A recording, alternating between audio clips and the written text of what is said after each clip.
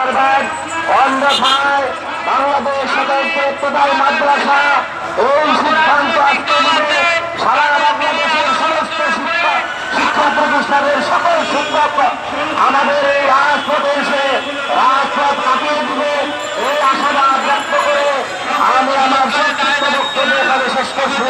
আসসালামু আলাইকুম রহমতুল্লাহ বারাকাতুহু। এখন আমাদের মতো বক্তব্য রাখবেন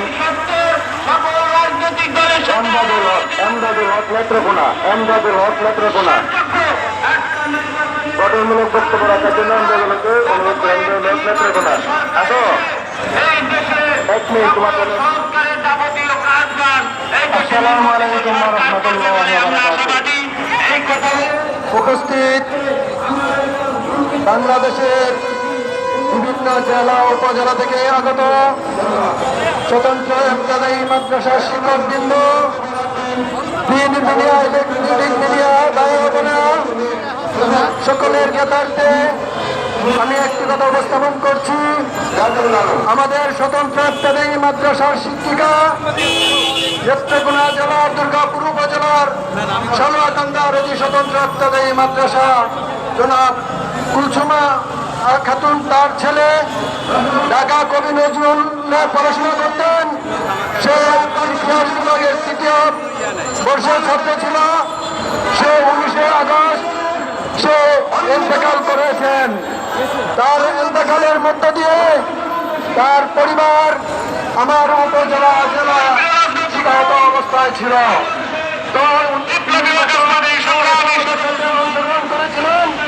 আজকে যখন আমরা সবাই আসি, ওনাকে যখন বলি তুমি কান্না কণ্ঠে আমাকে কথা বলেন যে আমি তো গত আন্দোলনে গিয়েছিলাম, আমার ছেলে বলেছে যে হ্যাঁ এদেশে বৈষম্য শিকার আপনারা স্বতন্ত্র, আমাদের সকল বৈষম্য শিকারের জন্য আমি রাজপথে আছি।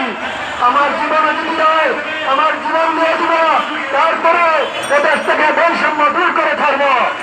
এই কথার ফলে সে 19 জুলাই মৃত্যুবরণ করেন। তার মানব ফেরত কামনা করে, তার নাম ওমর ফারুক। সে কবি নজরুলে পড়াশোনা করত।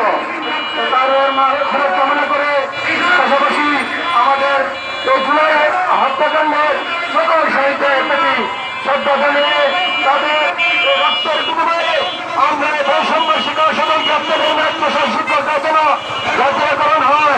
সেই লক্ষ্যে আমি বলবো যে আমরা বৈষম্য শিক্ষক নয়, আমরা অধিকার বঞ্চিত শিক্ষক। আমাদের ন্যায্য অধিকার থেকে আমাদেরকে দূরে রাখা হয়েছে।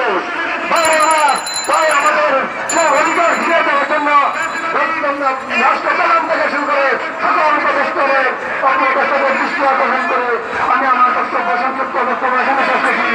আসসালামু আলাইকুম ওয়া রাহমাতুল্লাহি ওয়া বারাকাতুহু।